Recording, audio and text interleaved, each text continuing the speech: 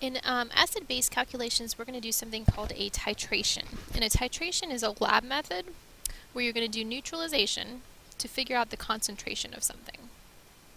So if I went back into the stockroom and I found a beaker that said HCl, it matters how concentrated it is, because if it's completely concentrated, it's a really dangerous acid. But if it's mostly water, if it's been diluted a whole lot, then it's not quite so dangerous and it can be used for lab experiments. So it's important to know what the concentration is, and if you don't know what it is, a titration is a lab method where you can figure it out. And there's a couple of terms you need to know. The standard solution is going to be the thing that you know the molarity of. So the concentration where you don't know is what you're calculating, and then you'll have to mix it with something where you do know the concentration, and that's called your standard solution. And I can try to explain it over this. It makes a whole lot more sense once you actually do the lab, and once you can see it in class, if I can explain it to you. But just on this video, if you look at this burette up here, this is going to be the thing where you don't know the concentration, and this is the acid where you do know the concentration. And basically you're just going to relieve the stopcock, and the base is going to drip into here, and because you put an indicator in there, it's going to turn color.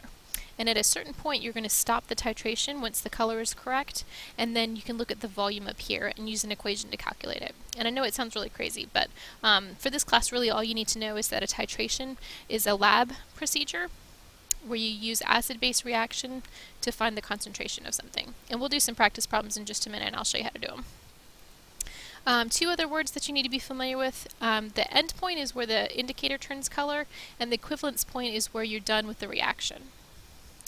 And if you do these correctly, the equivalence point and the end point should be the same. So take a few minutes and pause this if you need to write down those definitions. And at the bottom of that slide, I think it might have gotten cut off of your screen, it says during a titration the equivalence point and the end point should be the same. And I'll show you how to calculate some of these. First of all, in the question you're going to see the word titration or neutralization. And that's how you know that it's a titration problem. You'll see one of those two words. Once you see one of those two words, you're going to use this equation. And it's actually one of the few equations that are not in your reference packet, so you will need to memorize this one. It's very similar to other equations we've used. And basically you're going to put all the acid stuff on the left and all the base stuff on the right. The M is the molarity, the V is the volume, and those little n's on the bottom of the fraction stand for moles. You may remember when we did PV equals nRT, the n stands for moles. That's going to come from the coefficients in your balanced reaction. So as soon as you see the word titration or neutralization, the first thing is you need to write a balanced reaction so you can get those n values. So in this question, notice that word neutralize. That's your clue that it's going to be a titration problem. So first we need to write the reaction between NaOH and HCl. And the H and the OH are going to come together to make water. The sodium bonds with the chlorine. And then don't forget to cross charges and balance.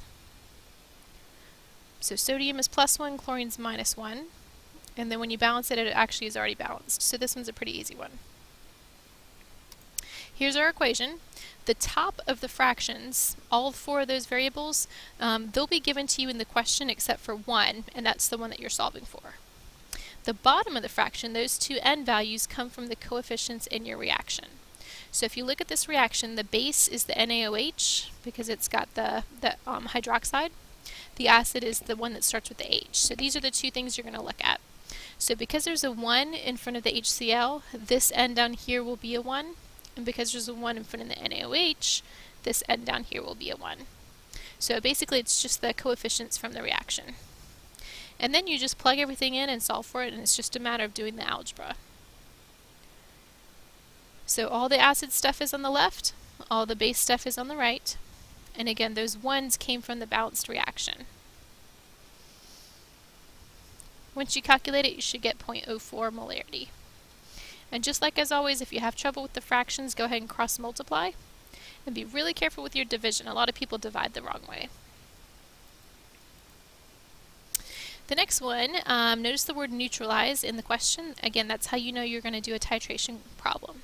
So the first thing is you need to react MgOH2 with HBr. So the H and the OH are going to come together to make water. The Mg is going to bond to the Br, but don't forget to cross your charges. So Mg is plus 2, Br is minus 1.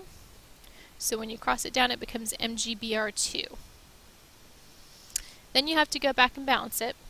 So you need 2 bromines on the left, so you put a 2 in front of the acid, and then you just have to fix water. Now that we have the balanced reaction, you just have to plug all your numbers in. So we've got that equation. The base is the MgOH, and the acid is the HBr. So you put all the information about the acid on the left, all the information about the base on the right. And notice those 2 bottom numbers, the 2 and the 1, they came from the balanced reaction. So the acid is HBr, so the number I put on the bottom here comes from the HBr coefficient. The base is the MgOH2, so the number I put on the bottom here comes from the coefficient there. And I want you to go ahead and try to type it in yourself and calculate it. You can pause the video if you need to, just to make sure that you're typing it in your calculator correctly. If you did it right, you should end up with about 0.4 as your molarity.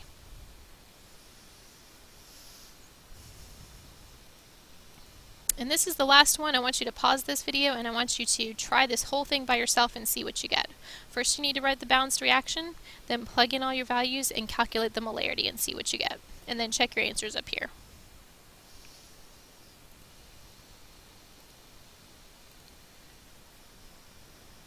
And once you've tried it yourself, hopefully you can check and see that your reaction was right, check that you plugged everything in correctly, and then if you calculate it correctly, you should get 0.073. There's some more titration practice on worksheets 9 and 10, so you can try worksheets 9 and 10 that have some problems, and all the answers should be on there for you to check as well. The last thing for today are titration curves, and I don't have them up here because I draw them on the board. So if you're watching this video for the first time, you will need to come in to see me so that I can show you how to do these titration curves. It's not difficult, you're just going to make a little curve and you just need to decide if the equivalence point is below 7, at 7, or above 7. And the last thing for today is a buffer, which is something that keeps the pH about the same for a long period of time. So even if you add an acid or a base to it, the pH would not change very much, up to a certain point. Once you add enough acid or base, it eventually will change. And for this titration curve, I'll have to show you that in class as well. So if you're watching this video for the first time, just make sure you come see me and I'll show you how to draw that curve. And that's it for this chapter. So make sure you try some of those problems in the worksheet packet and make sure you spend some time on the study guide before you take the test. And that is it.